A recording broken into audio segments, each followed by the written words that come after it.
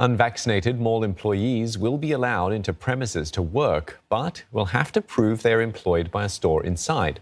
The Singapore Retailers Association says this was confirmed by Enterprise Singapore. It comes despite a recent move to disallow those who haven't been jabbed into shopping centres starting Wednesday, although a grace period of a week was later given. Heidi Young reports. Entering a mall if you're an unvaccinated worker there could soon involve more than simply tapping on safe entry. After the public raised concerns over the latest differentiated measures in malls, industry players have offered some clues.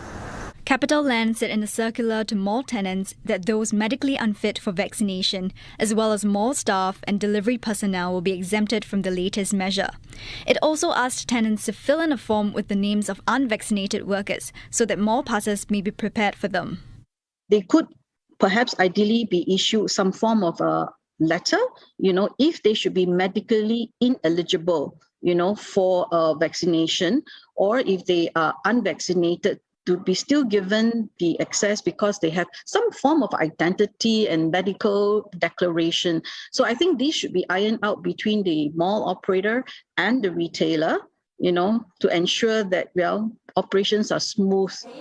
The association reassured shoppers that they would be safe, pointing to the existing regular testing regime for mall staff. SG Tenants United for Fairness, which represents 1,000 business owners, says there are very few workers who haven't been inoculated.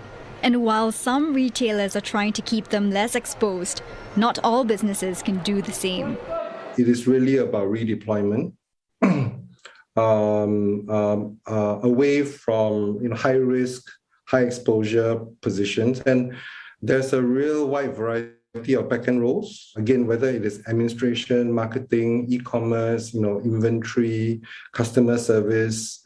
So for the slightly bigger SMEs, that's possible. But again, when we're talking about really micro or nano SMEs, then such redeployment is going to be a bit more difficult.